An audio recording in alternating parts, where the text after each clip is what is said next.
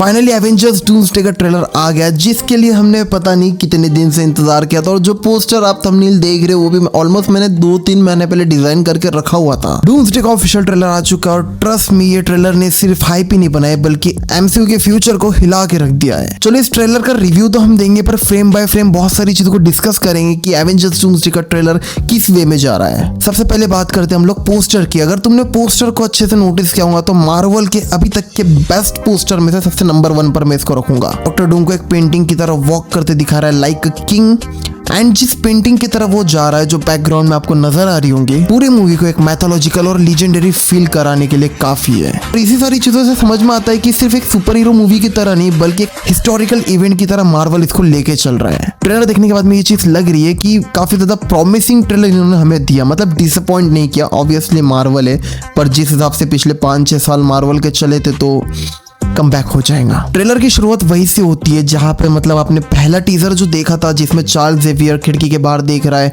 Collagen होते हुए, जिसमें एक दूसरा अर्थ क्लियरली नजर आ रहा है कि वो कोई और अर्थ है जो कि इस अर्थ के साथ में टकरा रहा है, जिसके अंदर में क्लियरली दिख रहा है कि एक्समैन का ये वाला अर्थ अब खत्म होने वाला है एंड कोई बहुत बड़ा थ्रेड आ रहा है जिससे मतलब बचना नामुमकिन है। एंड ये जो वॉइस ओवर हो रहा है ये भी डॉक्टर डूम का है। एंड उसके बाद में हमको देखने मिलता है डॉक्टर डूम की एंट्री, जो कि ऑब्वियसली पूरा रिवील उन्होंने नहीं किया, सिर्फ साइड बाय साइड फ्रेम दिखाया है। इसके अंदर में हमें आरडीजे की वॉइस भी देखने मिलती है जो कि डिफरेंट है, लाइक जिसका एक्सेंट आपको आयरन मैन वाला या फिर वो जो पुराना वाला था वो देखने नहीं मिलेगा। ऑब्वियसली काफी सारी चेंजेस की गई है। एंड अगर आप ट्रेलर के डायलॉग्स की बात करो तो डॉक्टर डूम भी खुद किसी बड़े इवेंट की बात कर रहा है जिसको रोकने की बहुत ज्यादा कोशिश की जा रही है, पर वो नामुमकिन है। अगर हम लोग बात करें थोर की तो इस मूवी के अंदर में थोर का ना वो वाला रोल है जैसे कि आपने इन्फिनिटी वॉर के अंदर में थानोस से लड़ाई करते टाइम में जिसको देखा था, लाइक हल्क को देखा था आपने, तो हल्क जैसे आकर के बताता है कि कोई बहुत बड़ा विलन आने वाला है जिससे बचना नामुमकिन है, और वो मतलब पूरे देश के अंदर में घूमते हुए बताता है कि भाई इससे नहीं बच सकते, और वही काम थोर कर रहा है।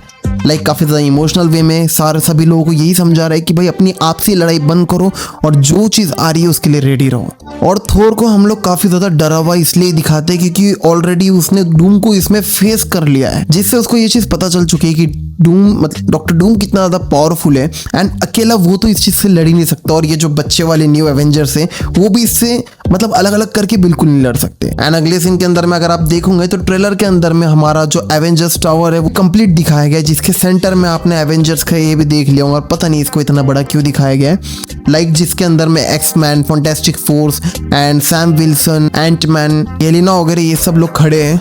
लेकिन अगर आप इस टीम को नोटिस करो तो अभी भी एवेंजर्स पूरी तरीके से कंप्लीट नहीं है, क्योंकि ये लोग ना आपस में लड़ रहे हैं। लाइक आप लोग देखो तो सभी लोगों के बीच में बहुत सारी मिसअंडरस्टैंडिंग क्रिएट हो चुकी है जिसमें वो एक दूसरे से लड़े जा रहे हैं और बिल्कुल भी प्रिपेयर नहीं है डूम से लड़ने के लिए।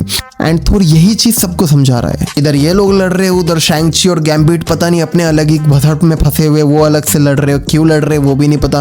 और जिस चीज से मैं सरप्राइज हुआ वो है लोकी।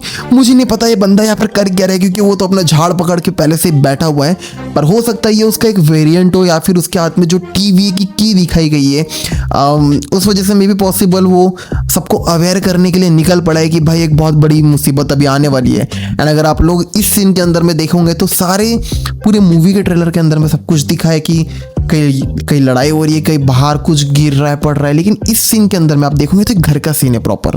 एंड ये किसका सीन है मैं आपको बता दूं, लोकी जो पहुंचा होगा वो कैप्टन अमेरिका के घर में पहुंचा होगा और उसको सारी स्टोरी बताएगा कि भाई ऐसा ऐसा इनकर्जन हो गया तुम्हारा पुत्र पैदा करने की वजह से। लोकी कन्विंस करके कैप्टन अमेरिका को बाकी सब एवेंजर से इंट्रोड्यूस कराता है। और भाई इस बार प्लीज इसको मत मारना भाई, हर बार तुम लोग मार देते हो, इस बार मत मारना, कुछ बड़ा काम दे दो इसको करने के लिए।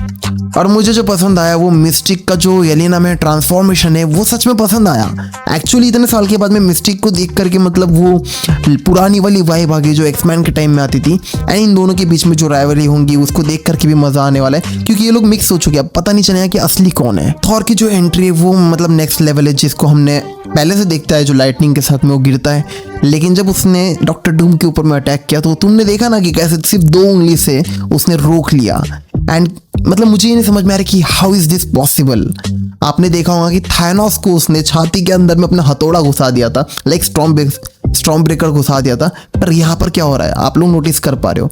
एंड मैं आपको रियली बताऊँ फिजिकल टच बिल्कुल भी नहीं है वहाँ पर जो भी डॉक्टर डूम का जो मैजिक चल रहा है ना, वही सारी चीज़ों की वजह से जो इलेक्ट्रिसिटी है वो भी डॉक्टर डूम को टच नहीं कर पा रही है। अगर आप क्लियरली उस फोटो को मतलब उस वीडियो को अगर स्लो करके देखोगे तो मैंने वो चीज़ नोटिस कर ली वहाँ पर। एंड यही चीज़ सवाल लाती है कि अगर थॉर जैसा the greatest Avenger doctor Doom का बाल भी बाका नहीं कर पा रहा है तो इसको मारने आने कौन वाला है।